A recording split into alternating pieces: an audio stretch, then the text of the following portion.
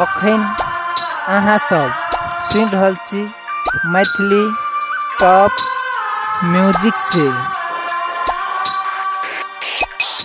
Music by DJ Umesh Shukipur बाजार। Music by DJ Umesh Shukipur बाजार। Music by DJ Umesh Shukipur बाजार। Music by DJ Umesh Shukipur बाजार। Music by DJ Umesh Shukipur बाजार।